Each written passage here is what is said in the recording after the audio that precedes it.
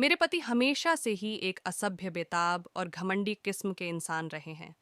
मैंने अपनी बेटी और परिवार वालों की वजह से उन्हें कभी नहीं छोड़ा।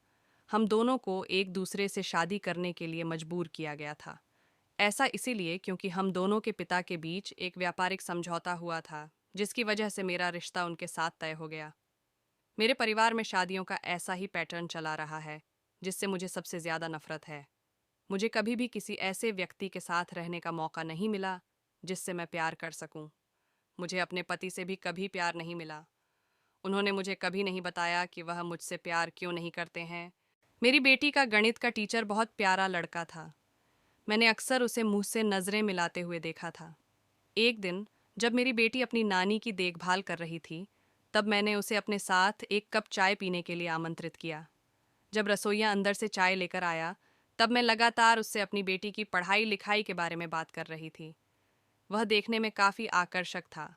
उसका अंदाज मजाकिया था, जिसकी वजह से मैं उसकी तरफ बहुत ज्यादा आकर्षण महसूस करती थी। इस घटना के बाद मुझे समझ आया कि मेरे साथ की महिलाओं के लिए शादी के बाद अफेयर रखना कोई बड़ी बात नहीं थी, क्योंकि हमारे पुरुष अपने काम में कुछ ज्यादा ही बिजी रहते हैं। मेरे पति भी इससे अलग नहीं थे। इस तरह मेरा उसके साथ अफेयर शुरू हुआ। मेरी कहानी। मेरे शरीर पर ज्यादा बाल होने की वजह से मेरे पति ने मुझे छोड़ डिहाच दिया। अपनी बेटी के टीचर के साथ एक्स्ट्रा मैरिटल अफेयर रखने पर मुझे कोई पछतावा नहीं है।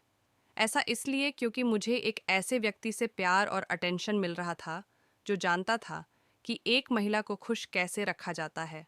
वह न देखने में काफी सेक्सी था, बल्कि उसने मुझे शारीरिक संबंध बनाते हुए कामुक या अच्छा भी महसूस कराया। जब घर में कोई नहीं होता था तो हम दोनों साथ में काफी अच्छा समय बिताते थे। मैंने सुनिश्चित किया कि इस दौरान मैं अपने घर में घरेलू सहायिका, काम करने वाली स्त्री, नहीं रख सकती, क्योंकि वह हमारे अफेयर के बारे में मेरे पति को बता सकती थी। भगवान जाने फिर वह क्या करेगा।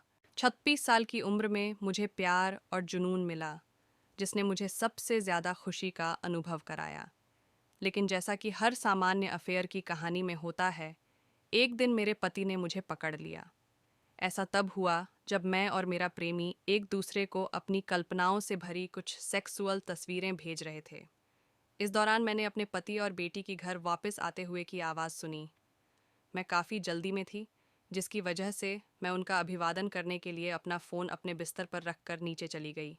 मैं उन्हें बातचीत में शामिल करने की कोशिश कर रही थी कि मेरे पति वॉशरूम का इस्तेमाल करने के लिए बेडरूम में आ गए। मैं एकदम से डर गई और उनका पीछा करते हुए कमरे की तरफ बढ़ी। मैंने देखा उसके हाथ में मेरा फ़ोन था। वह उसे लगातार स्क्रॉल कर रहा था।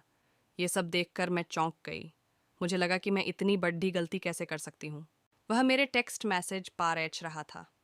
मुझे इतना डर लग रहा था कि वह मेरे साथ या मेरे प्रेमी के साथ कुछ न कुछ ज़रूर करेगा। लेकिन इसका उलट हुआ।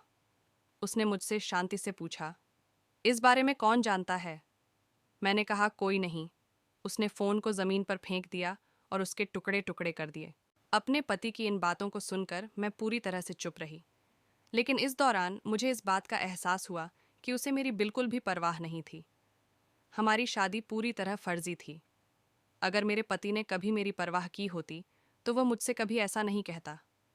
वह मुझे डराता धमकाता, लेकिन ऐसा नहीं हुआ। मैं भी काफ़ी खुश थी कि उसे मेरे अफेयर से कोई दिक्कत नहीं थी, बशर्ते मैं इसे बस छुपा कर रखूं। मुझे पता था कि मैं यह सब बहुत आराम से कर सकती हूँ।